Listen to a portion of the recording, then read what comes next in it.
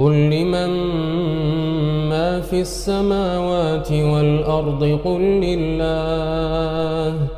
كتب على نفسه الرحمة ليجمعنكم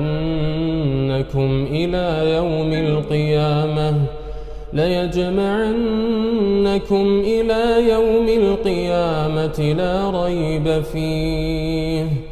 الذين خسروا أنفسهم فهم لا يؤمنون وله ما سكن في الليل والنهار وهو السميع العليم قل أغير الله أتخذ وليا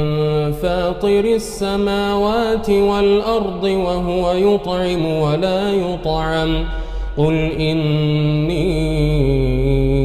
أمرت أن أكون أول من أسلم ولا تكونن من المشركين قل إني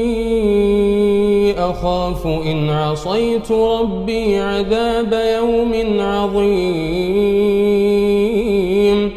من يصرف عنه يومئذ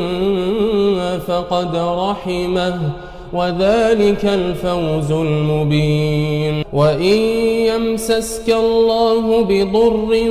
فلا كاشف له إلا هو وإن يمسسك بخير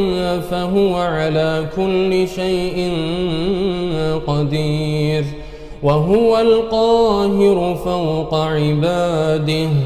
وهو الحكيم الخبير.